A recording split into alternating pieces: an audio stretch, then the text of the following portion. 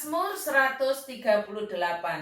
Nyanyian syukur atas pertolongan Tuhan dari Daud.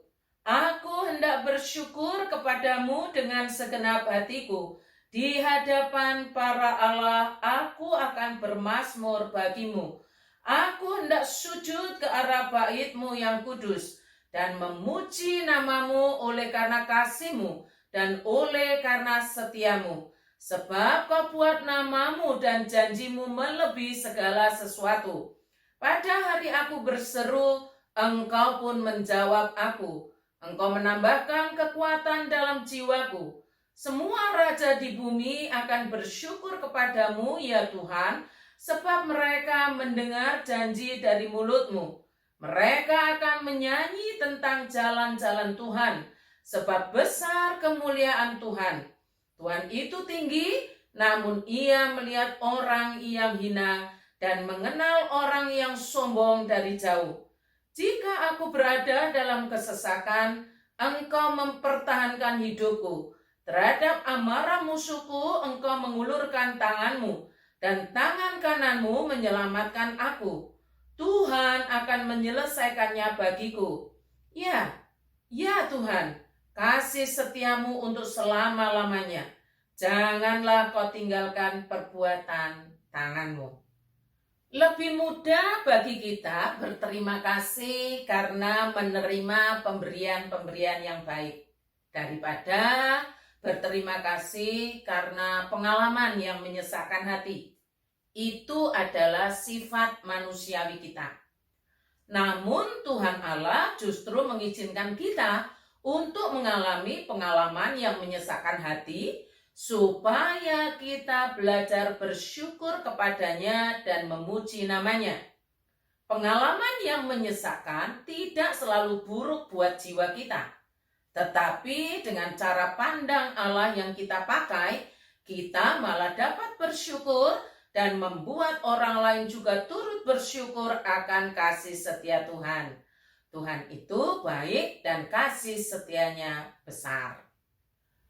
Berterima kasih sama dengan bersyukur. Di zaman sekarang kita bisa berterima kasih atau bersyukur kepada Allah dengan berbagai cara. Yang pertama, secara pribadi. Kita masuk kamar, kita berdoa, menyanyi sendiri, tidak ada orang lain yang tahu. Kita bisa bersyukur, kita bisa berterima kasih. Yang kedua, kita bisa bercerita dalam kelompok kecil atau orang-orang tertentu. Bisa kita lakukan di mana saja.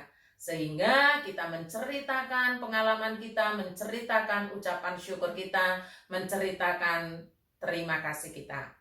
Lalu yang ketiga, seperti yang diajarkan dalam Mazmur 138 ini, orang ini bersyukur, orang ini berterima kasih di gereja, di bait Allah dalam pujian dan pengajaran.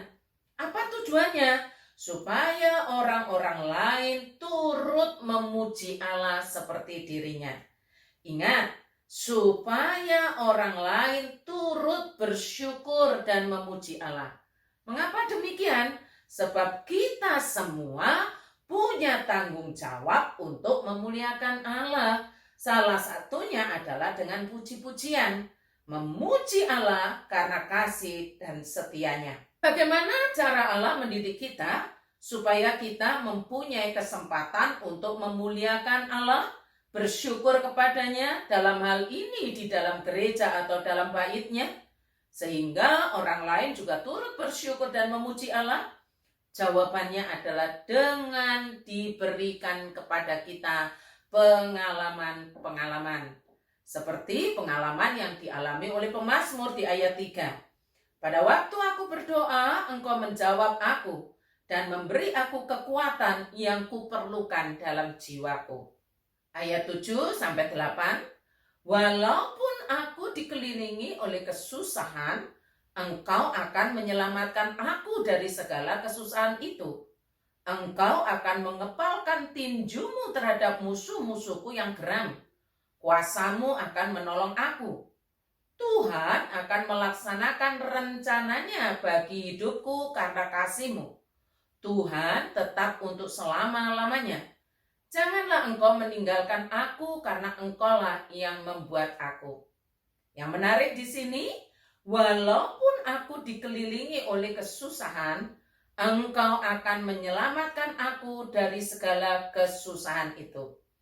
Keyakinan inilah yang membuat kita selalu bersyukur dan memuji Allah.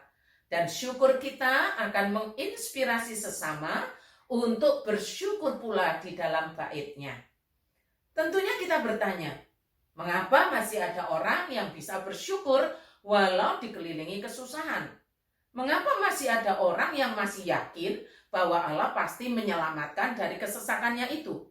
Jawabannya adalah karena orang ini mengikut Tuhan dengan sepenuh hati. Dengan sepenuh hati, istilah ini, ungkapan ini adalah ungkapan bahasa Ibrani yang artinya berdedikasi total. Ini adalah cara untuk menunjukkan perbedaan antara iman atau kesetiaan. Setelah kejatuhannya dalam dosa perzinahan, Daud bertobat dengan sungguh-sungguh dan mengikut Tuhan dengan sepenuh hati sampai akhir hayatnya. Sementara Salomo anaknya justru hatinya terbagi ketika masa tuanya. Apa artinya?